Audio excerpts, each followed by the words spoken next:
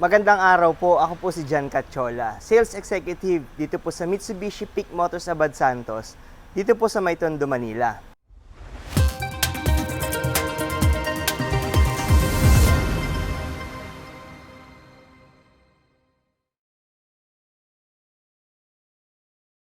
Bali on this video po, may dumating po na unit, no? Isang brand new na unit dito sa aming dealer. Bali nandito po ako ngayon sa aming stockyard para ipakita ko po sa inyo yung ating special na unit na possible ay ngayon nyo lang makikita.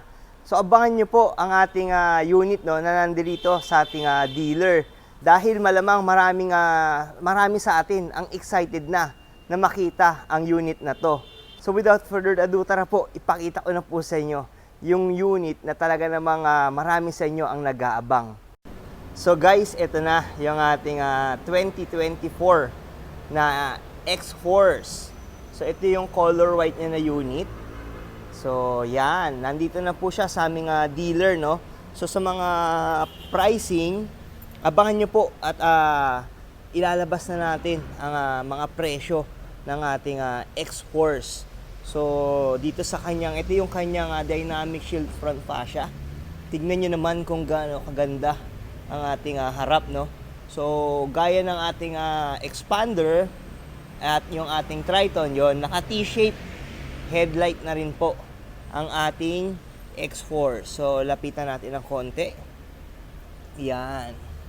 So sa ating grill, yan, kakaiba ang kanyang grill, no? Parang napakatapang tignan yung ating grill.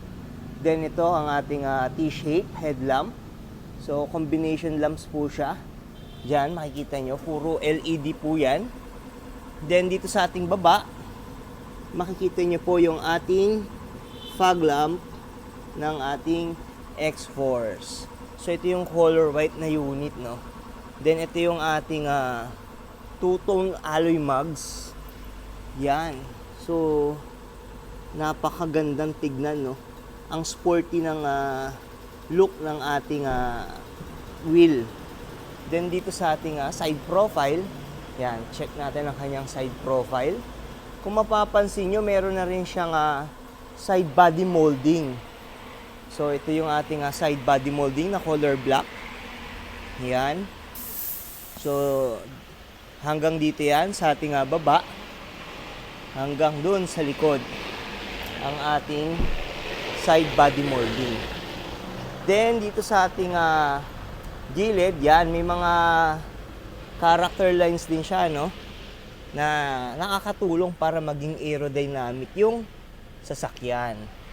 Then since ito ata yung GLS variant, yan, meron tayong nakakiles na tayo. Keyless operation system. Then sa ating side mirrors, yan, color white yung body, black yung roof, two-tone siya. Then yung meron siyang integrated na yung turning signal light. Then dito sa yan, check natin ang buo yung ating X-Force sa side profile. So napakaganda, no, ng ating unit na to, yung color white. Kasi two-tone, color black yung roof. Yan, check natin yung back profile. So T-shape din ang ating rear light, rear combination lights. So yon, X-Force. Yon ang ating X-Force. So ang ganda. First time ng iba siguro na makita po ito, no? So meron na dito sa ating unit. Yung price and discount, abangan nyo na lang po.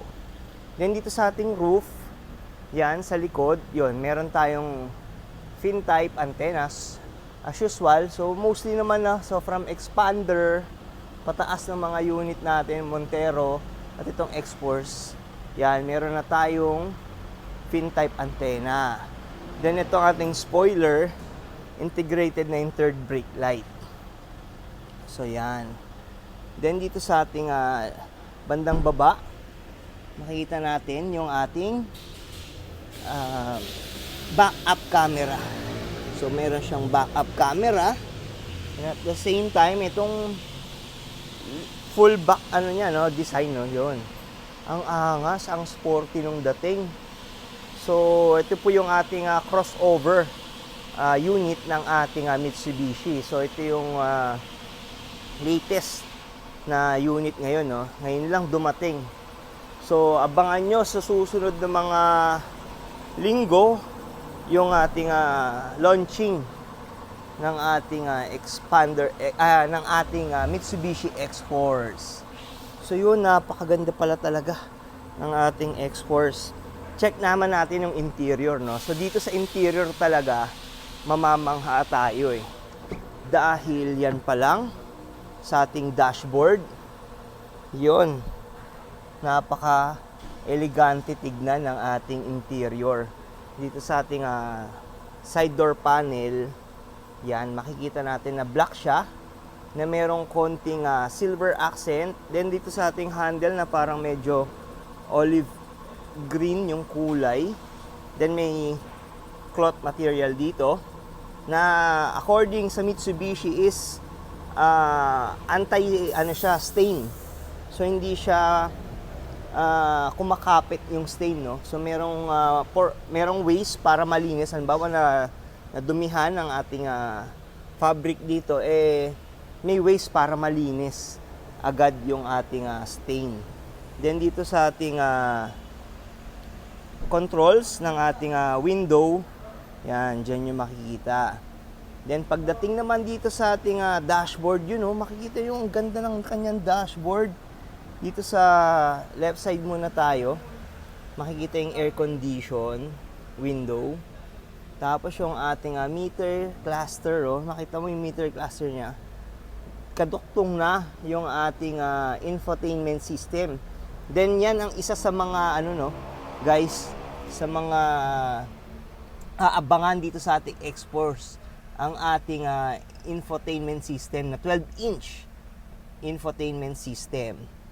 Then pagdating dito sa ating steering wheel, kung mapapansin nyo, same ang steering wheel ng ating Expander GLS at Expander GLS. So, naka leather wrap steering wheel na merong silver accent. Then dito makikita yung control sa ating infotainment system. Then dito naman sa kanan is yung ating, syempre, ang ating cruise control. So adaptive cruise control lang meron tayo, no. So ito pala ang ating GT variant ng ating X-Force. So ito yung top of the line ng ating X-Force. Then isa pa sa mga abangan nyo, itong ating center console, which is nandito nakalocate ang ating CVT na transmission. So, mas smoother na ang takbo ng ating unit dahil CVT na siya. Mas less ang shift shock. Then, pagdating dito sa ating baba, yan, meron sa gilid ng ating transmission. Makikita nyo yung ating drive modes, no? So, may 4 different drive modes ang ating ang ating X-Force. So, sa pag may time, re-reviewin natin yan, no? Yung ating drive modes. Yan. Tapos dito, makikita natin yung ating 2 bottle holders.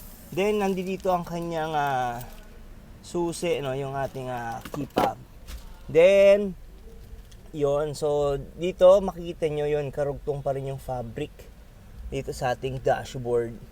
So, isa-isayin natin re-reviewin pag meron na tayong time, no? Na kasi ngayon medyo mabilisan lang po dahil kararating lang ng ating unit dito sa ating dealer. Then, pagdating naman dito sa ating second row, yun. So, may aircon vent siya para sa second row. So, expect nyo na malamig ang ating X-Force. Yan, meron na siyang aircon vent. Then, meron siyang mga charging ports dun sa may bandang baba na Type-C at USB slot. Then, isa pa sa mga aabangan nyo pala ay pakita ko sa inyo sa harap, no? Ngayon ko ulit napansin lang. Dito sa side. So, yan. Naka-Yamaha speakers tayo. So, napakaganda guys ng tunog nito kasi meron itong apat na modes din, no, sa ating stereo. So, meron tong kakaibang mga tunog pag bawat modes na pipiliin nyo. So, dito naman sa ating likod, so kung compartment, makikita nyo kung gaano kaluwag siya, no? So, yung GT variant, malalaman natin na GT variant siya, gawa ng ating, ang seats ay leather seat. So, ito yung top of the line, yan, makita nyo na leather seat cover, built-in na ang ating leather seat. So, pagdating po dito sa ating compartment, buksan lang natin, no? Yon, so automatic na siyang umangat. Yan, napakaluwag ng compartment nito guys. So, ito, meron siyang, para saan ba to? So, alamin natin mamaya. Sa ano ata to? Windshield. So, para hindi mainit. So, yun, may kasama siyang ganito. Then, pagdating dito sa ating likuran, yan, makita nyo, no? Angat natin to. So, nandito makikita ang ating reserve. Yan. So, napakaluwag ng compartment, guys, ng ating X-Force. So, makita nyo naman, no? Napakaganda ng ating X-Force. So, try naman natin dito ulit sa ating harap. So, try natin upuan, no? Kasi napaka ganda eh. Doon tayo sa driver side. Check natin. Yun. So, woo! Excited na ako guys na masakyan itong ating X-Force. Although nung ating training, na-drive natin to. Kaya lang that time bawal talaga i-video yung ating unit, no? Strictly na policy ng planta. So, yan. Try natin na apakan yung brake. So, apakan lang natin yung brake. Then, let's go push start. Yun, tingnan natin tong meter cluster, no? So, yun, no? Nakita nyo guys yung animation. Itatry kong patayin ulit, no? Para maipakita ko ulit sa inyo yung animation ng ating medyo. Diba? Hindi pwedeng isa lang. May radyo. So, itatry kong patayin ulit yung ating unit para ipakita ko ulit sa inyo kung paano buksan. Ay, ipakita ko ulit sa inyo kung ano yung animation dito sa ating dashboard.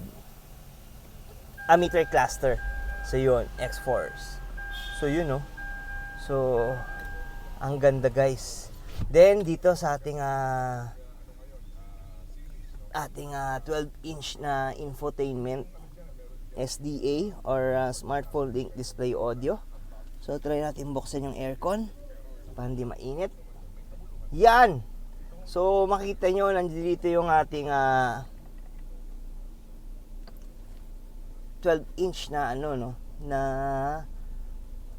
monitor. So, yan. So, dito makikita nyo yung parang vehicle information. So, yung condition ng sasakyan, makikita nyo rito, yung tire pressure, 310, 300, 300. So, yan yung ganun kaganda yung ating X-Force, no? Makikita nyo na rito sa ating meter cluster yung health condition ng ating sasakyan. So, yung brake, kung ilang percent na nakatapak. So, yon. So, umapak kasi ako. Then, apakan ko ulit yung brake, no? So, yun. 79%. So, yung coolant natin is 56 degrees Celsius. Then, yung injection, yan. Hindi ko sure kung anong ibig sabihin yan.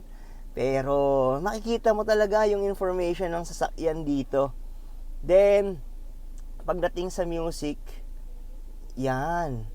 Ang ganda ng nung screen natin. Napakalaki. Napakaluwag. Then yan yung ating ngayon, yung altitude, yung altitude nung yung height, no, kung nasaan yung level ng sasakyan, tilt angle, direction. So ito yung parang compass.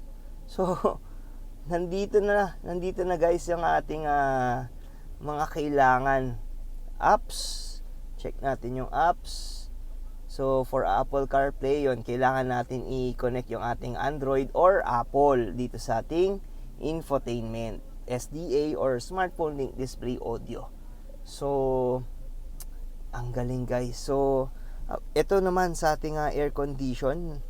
So makikita nyo na ang lalaki ng buttons, no? So ang advantage kasi nito, kung malalaki yung ating mga buttons, is mas madaling makita, especially kung driver lang, mas madaling makita, mas madaling mapindot. So kapag maliit kasi, baka hindi masyadong makita ng driver, ang mangyari mag-cause pa ng accident. So ganito ang design niyan, dahil para mas malesen ang ating accident, no, yung mga ganyan na features.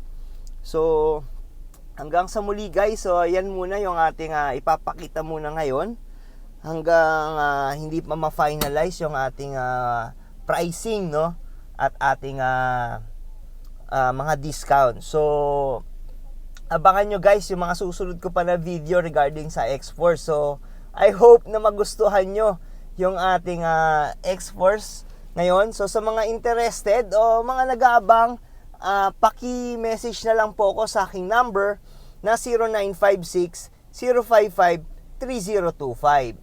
Or pwede nyo rin po akong ma-message sa aking Facebook Messenger. Ang pangalan ko po ay Jan Cachola. So hanggang sa muli, magkita-kita po ulit tayo sa susunod ko po na video. Maraming salamat po.